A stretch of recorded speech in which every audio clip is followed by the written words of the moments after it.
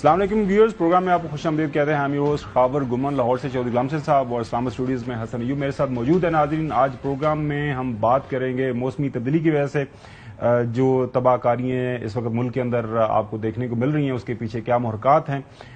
جو ایکسپرٹس ہیں ان کی رائے لیں گے ہم، کیا ہو رہا ہے اور کیا کرنے کی ضرورت ہے. اس کے ساتھ ساتھ آپ کو بلوچستان بھی لے کے جائیں گے.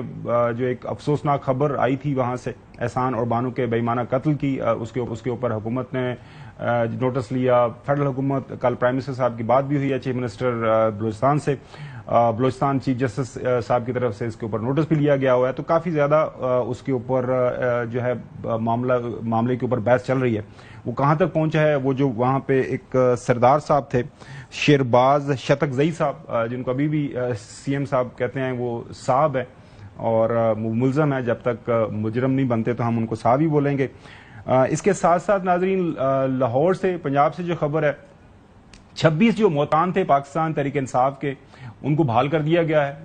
ظاہر ہے وہ کر رہے تھے وہاں پہ منتیں ترلے، تو میں نہیں کہوں گا، لیکن نیگوسیشن میں تھے. ان کی بحالی ہو گئی ہے، لیکن ان کے جو لیڈر اپوزیشن ہے ملک احمد بچر صاحب، ان کو 10 سال کی سزا ہو گئی ہے. اب نیا وہاں پہ کون لیڈر آف دا اپوزیشن ہوگا؟ انہی 26 میں سے کوئی ہوگا یا کوئی اور لیڈر آف دا اپوزیشن سامنے آئے گا. لیکن جو سب سے پہلی سٹوری وہ کل آپ نے دیکھا، جو مارکا ہم نے وہاں پہ علی امین گنڈاپور صاحب نے مارا ہے کے پی کے اندر، اس کے اوپر بہت زیادہ سوال و جواب جو ہے اٹھائے جا رہے ہیں. ان کی اپنی پارٹی کی طرف سے لوگ بات کر رہے ہیں کہ یہ کیسے ممکن ہو گیا کہ ساری کی ساری پارٹی جو ہے پاکستان تحریک انصاف کی کے پی کے اندر وہ انٹیکٹ رہی. سب نے ووٹ ان بلاک دیا، مطلب اکٹھے ووٹ ڈالے. ایک بھی ایم پی اے نہ ہارس ٹریڈنگ کا شکار ہوا، نہ اس کو پیسے کی چمک نے کہیں دائیں بائیں دیکھنے کے لیے مجبور کیا.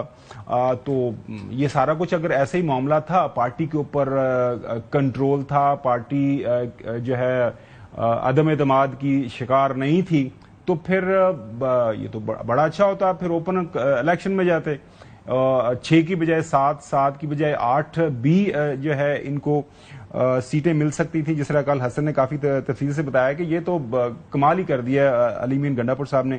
لیکن سب سے پہلے آپ کو دکھاتے ہیں نشستیں. جو نشستیں اس وقت سینٹ کے اندر 96 ہیں. 2/3 اکثریت جو ہے وہ 64 کی بنتی ہے. اور سینٹ میں اب جو حکومتی اتحاد ہیں اس میں پیپلز پارٹی 26، مسلم لیگ نون 20، بلوچستان عوامی پارٹی کے 4 ہیں، ایم کے 3 ہیں، عوامی نیشنل پارٹی بھی ہم نے حکومتی اتحاد میں لکھی ہوئی ہے، لیکن میں نہیں، عوامی پارٹی ویسے ساتھ دیتے ہیں لیکن وہ حکومت کا اس طرح اتحاد کا حصہ نہیں ہے، وہ پیپلز پارٹی کی طرح کے اتحادی ہیں. کاف لیگ جو ہیں ان کی 1 ہے، نیشنل پارٹی 1 ہے، آزاد 6 ہیں، اور ٹوٹل یہ 64 بنتے ہیں.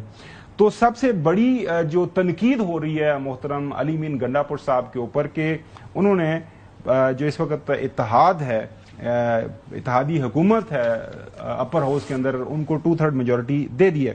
چودھری غلام حسین صاحب، سب سے پہلے تو میں آپ کے پاس آؤں گا، پلیز میرا سوال ذرا تحمل سے سن لیجئے گا. کل جو ووٹ ہمارے سارے سامنے آئے ہیں، مراد سعید صاحب جو ہے ان کو ملے ہیں 26 ووٹ، ایڈیشنل ووٹ ان کو ملے ہیں 8. فیصل جاوید خان صاحب کو 22 ووٹ ملے ہیں، ان کو ایڈیشنل ووٹ ملے ہیں 4. اور مرزا افریدی صاحب کو 21 ووٹ ملے ہیں، ان کو ایڈیشنل ووٹ ملے ہیں 3. اور نور الحق قادری صاحب کو ملے ہیں 3. اور ایڈیشنل جو ووٹ لیے ہیں انہوں نے 18 کے قریب لیے ہیں. جو بحث چل رہی ہے کہ اگر پارٹی اکٹھی تھی، پارٹی کے سارے ایم پی ایز انہوں نے مل کے ووٹ کرنا تھا، تو وہ کون سی مجبوری تھی محترم جو ہے علی امین گنڈاپور کو جس نے آن لیا، جس کی وجہ سے ان کو یہ 5 اور 6 کا فارمولا طے کرنا پڑا. چوہدری صاحب، آپ کے پاس کوئی اندر کی خبر ہے؟ نہیں، یہ پی ٹی آئی والے جو ہے نا، جن سے میری تھوڑی بہت بات ہوئی ہے، وہ کہہ رہے ہیں کہ کوئی مطلب 2 بندوں کے میں نے بات کی کہ جی وہ پی سی میں ان کو ٹھہرایا ہے، اور 7 کروڑ پہ جو ہے ایک ایم پی ہے کوستان کے ایریے سے، اس نے اور ایک دوسرے نے پتہ نہیں کتنے کروڑ اور 50 لاکھ لے لیا، اور باقی جب ووٹ کے باہر دینا تھا. اب کیا ہوتا ہے، تو باقی بھی ان کے پاس کچھ مشکوک لوگ تھے 10-15، تو اس لیے انہوں نے کہا کہ ابھی اس کو معاملے کو ٹھپ ہی رہنے دو. معاملہ کل ایک طرح انہوں نے ایک سیٹ ادھر دے کے تو ابھی اس کا اپنا برہم جو ہے وہ قائم رکھا ہے کہ we are in control of the situation. اب اس پر بھی باتیں ہو رہی ہیں کہ ہر ووٹر جو تھا اس کا ووٹ جو ہے وہ خود نہیں ڈال کے آ رہا تھا, وہ اگلے کو دے کے چلا جاتا تھا, وہ اگلا اپنا ووٹ اور یہ سارا کچھ چیف منسٹر خود کروا رہے تھے. یہ اس طرح کی کہانی بھی ہے, لیکن جو بہتر بات ہے یہ ہے کہ اس طرح کی لوٹے اور لائلٹیز خریدنا اور خرید کے کروڑوں روپے ایکسچینجنگ ہینڈز, اس کی بجائے بہتر ہے اگر ایک انہوں نے لوز کر لیے تو کیا ہوا. میں سمجھتا ہوں کہ یہ بالکل صحیح سلوبی سے ہو گیا. ماشاء اللہ صاحب, مبارک ہو بہت بہت چودھری غلام حسین صاحب, بڑے اچھے انداز سے پاکستان تحریک انصاف نے یہ الیکشن لڑا. ناظرین, الیکشن بائی سیکرٹ بیلٹ, یہ آئین کا آرٹیکل 226 ہے, یہ ہم آپ کو ضرور دکھانا چاہیں گے. ادر دین ناظرین, پرائم منسٹر کا جب الیکشن ہوتا ہے یا آئین کے اندر کوئی تبدیلی ہوتی ہے, باقی تمام جو الیکشن ہوتے ہیں, انتخابات ہوتے ہیں, اس میں ووٹ جو ہے تھرو سیکرٹ بیلٹنگ ہوتا ہے. لہٰذا یہ جو بات ہو رہی ہے کہ جی لوگوں نے کہیں آگے پیچھے ہو جانا تھا, پارٹی تو ہم جو ووٹنگ پیٹرن نظر آیا وہ تو سارے کے سارے اکٹھے تھے, تو اکٹھے رہے, تو پھر ایسا کیوں کر ہوا. ناظرین آپ کو سناتے ہیں, رانا ثناءاللہ صاحب جو ہیں وہ پارٹی پاک مسلم لیگ نون اور مشیر خاص جو ہیں اس وقت پرائم منسٹر کے, انہوں نے کیا فرمایا تھا کہ ہمیں کتنی سیٹیں اپوزیشن کو مل سکتی ہیں, اور جن کو 5 مل گئی ہیں ٹوٹل. اب علی امین گنڈا پور صاحب نے جن کو دے دی ہیں, چوہدری صاحب کے مطابق بڑا اچھا خوش اسلوبی سے انہوں نے کام کیا. سنیں.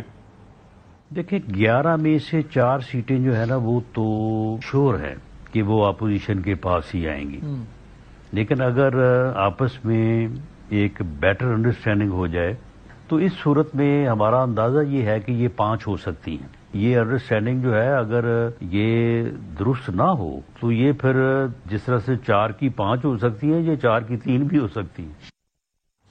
اور حسن ایمل ولی خان صاحب بھی بڑا شکریہ کر رہے ہیں علی امین گنڈا پور صاحب کا. علی امین کو مبارک ہو.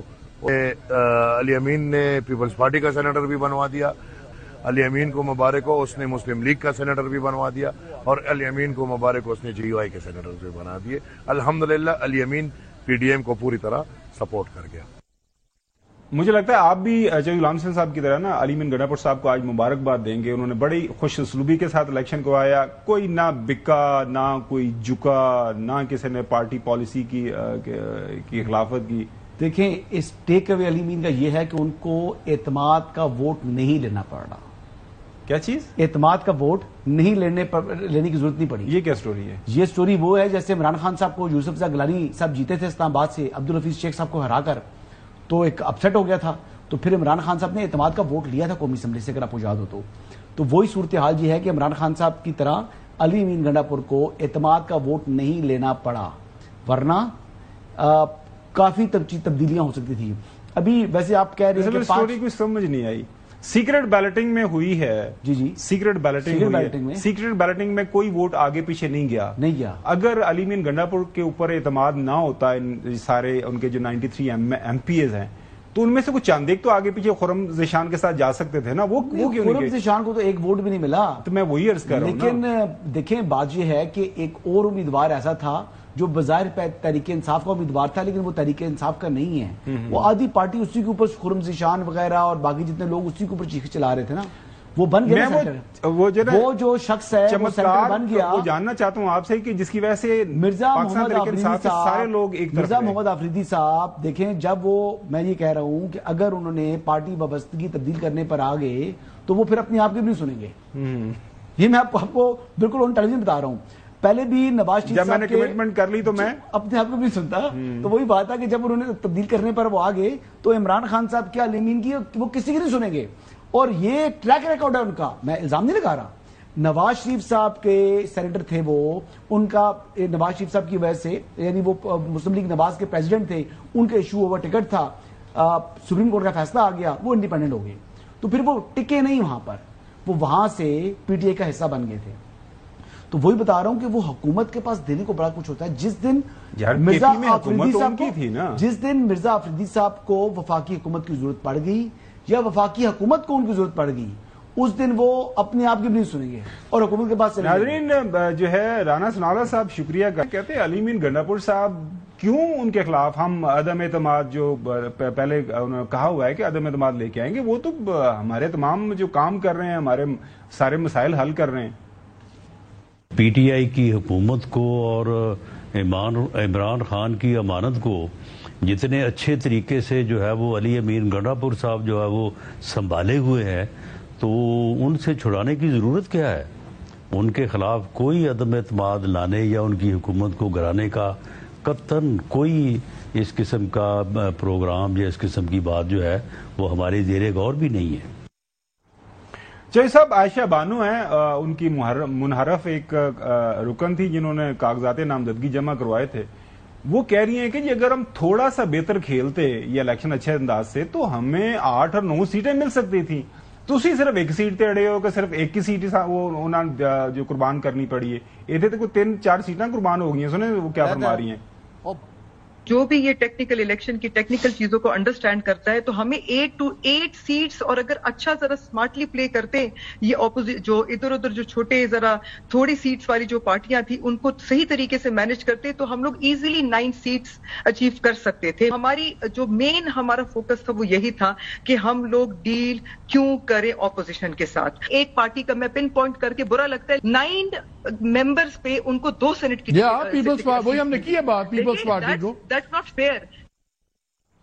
مجھے جو سب سے جو بڑا کنونسنگ عائشہ بانو کا آرگومنٹ یہ لگا نا کہ تانوں ڈر ہے تواڈے گھر چوری ہوندا، تسی چور نو کہندے یار سامان میرا پہلے لے لے ادھا تو لے لے میرے کو رہن دے پلیز چوری نہ میرے گھر کرنا، مطلب دس از سم تھنگ سٹننگ۔ سنیں ناظرین، انہوں نے کہا کہ جی ہمارے بہت سارے کینڈیڈیٹ ہمیں انفارمیشن ملی ہے کہ وہ سلپ ہوئے ہیں، ٹھیک ہے، لیکن ہمارا اس پہ موقف یہ تھا کہ اگر وہ سلپ ہوئے ہیں تو these elections are your litmus test, آپ پلیز اپنے ایم پی ایس کو مینج کریں۔ آپ کو ڈر ہوتا ہے کہ میری گھر پہ چوری پڑے گی اور ڈاکہ ہوگا اور پھر آپ اپنے گھر کی آدھی جو آپ کی دولت ہے یا پیسہ ہے یا گولڈ ہے وہ نکال کے آپ چور کے ہاتھ میں پکڑا دیں کہ جی مجھے چوری کا ڈر ہے تو پلیز تم یہ آدھی چوری خود ہی کر کے لے جاؤ۔ ایف وائزلی اس کو پلان کیا جاتا ٹھیک ٹھاک ہمارے 8 سیٹس تو نکل سکتے تھے۔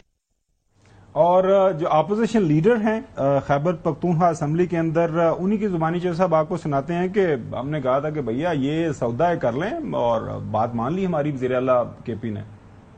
آپ عددی نمبر میں زیادہ ہے، گورنمنٹ کو میں نے تجویز دی کہ آپ 6 سیٹیں لے لے اور اپوزیشن کو 5 دے دے۔ الحمدللہ اس میں آج ہم کامیاب ہوئے، تو میں پوری اسمبلی ممبران کو مبارکباد دیتا ہوں۔ میں تمام سیاسی پارٹی جو اپوزیشن ہے اس کو مبارکباد دیتا ہوں۔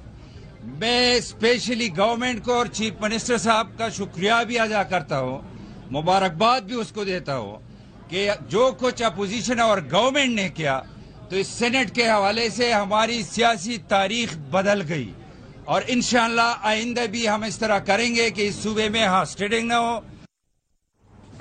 اور دوبارہ سے ایمل ولی خان صاحب کا بیان میرے خیال میں ہمیں ضرور سنانا چاہیے، وہ بھی مبارکباد دے رہا ہے جو ہے علی امین گنڈا پور صاحب کو۔ علی امین کو مبارک ہو، اس نے علی امین نے پیپلز پارٹی کا سینیٹر بھی بنوا دیا، علی امین کو مبارک ہو اس نے مسلم لیگ کا سینیٹر بھی بنوا دیا، اور علی امین کو مبارک ہو اس نے جی یو آئی کے سینیٹر بھی بنا دیے۔ الحمدللہ علی امین پی ڈی ایم کو پوری طرح سپورٹ کر گیا۔ چوہدری صاحب آپ کو پتا ہے کہ آپ کی جو بانی جس کے رہے ہیں آپ جس پارٹی کے پاکستان پیپلز پارٹی، اس نے تو کمال ہی کر دیا، اس کے صرف کچھ 10 ممبر ایم پی ایز ہیں وہاں پہ 9 یا 10، ان کو 2 سیٹیں مل گئی ہیں سینٹ کی، اور 1 سیٹ کے لیے کم از کم جو ہے وہاں پہ 18 ایم پی ایز کی آپ کو سپورٹ چاہیے، تو یہ کمال ہی کارنامہ نہیں ہو گیا؟ مطلب یہ خوش اسلوبی جس انداز سے علی امین گنڈا پور صاحب نے یہ کام سر انجام دیا ہے، مجھے بھی تھوڑا سمجھا دیں کہ پارٹی از کوشچننگ کہ یہ کیا ہو گیا ہے، ہم لٹے گئے، اور آپ کہہ رہے ہیں کہ نہیں بڑے اچھے انداز سے کام ہوا ہے۔ میں نے کوئی سینیٹر تو نہیں بننا تھا، جب مجھے بنایا گیا ہے تو میں اس میں بات کروں۔ میں نے تو جو سامنے نظر آئی ہے بات کہ بھئی میرے علم میں آیا کہ کچھ لوگوں نے پیسے پکڑے ہوئے ہیں، تو انہوں نے اس کو کاؤنٹر کر کے انہوں نے کہا اس کو دفع کرو، اس نئی کانٹروورسی میں ہمیں پڑھنے کی ضرورت نہیں ہے۔ تو 6 ہیں تو اگر 7 ہو جاتے تو کیا قیامت آ جاتی، وہ ایسے ہی چھوڑیں اس کو۔ میرا خیال ہے دس از اے بیٹر روٹ